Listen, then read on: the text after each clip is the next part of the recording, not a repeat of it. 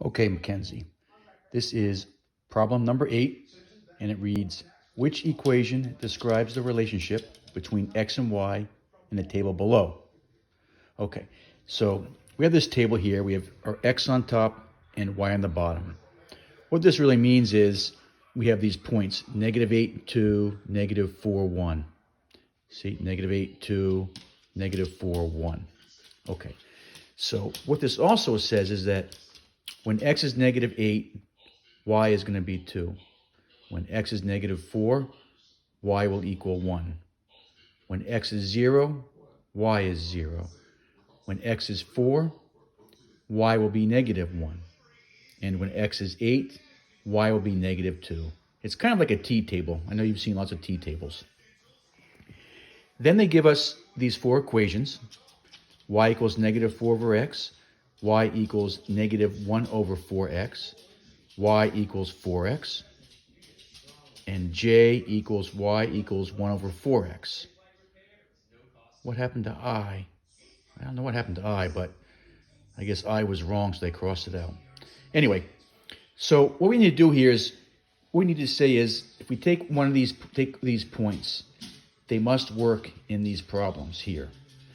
So we can automatically eliminate 0, pretty much because we can't use 0 and 0 because it's going to make all these equations true, because y is 0, and anything times x, which in this case is 0, will be 0. So we can't use that to find out which equation works for this table.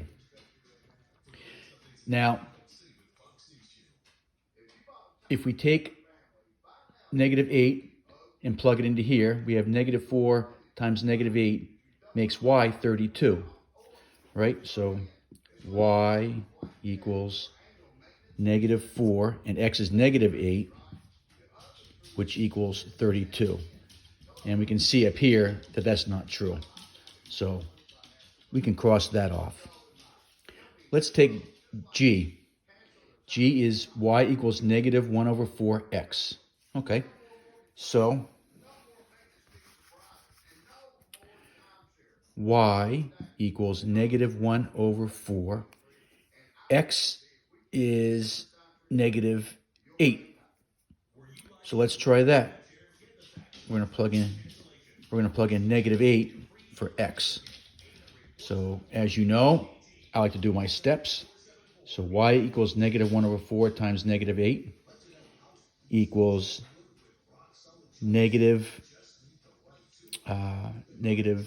times -8 over 4. Negative times negative is 8 over 4. And that equals 2. So -8, when x is -8, y is -2, proven right here. So in that case, G will be the correct answer. But just for fun, let's go and try another point just to make sure that we're right here. All right, let's use -4 over 1. So y equals -1 over 4. X is -4. So -1 times -4 is 4 over 4 equals 1. So that does work. So we know now that that is correct. Hope that's clear.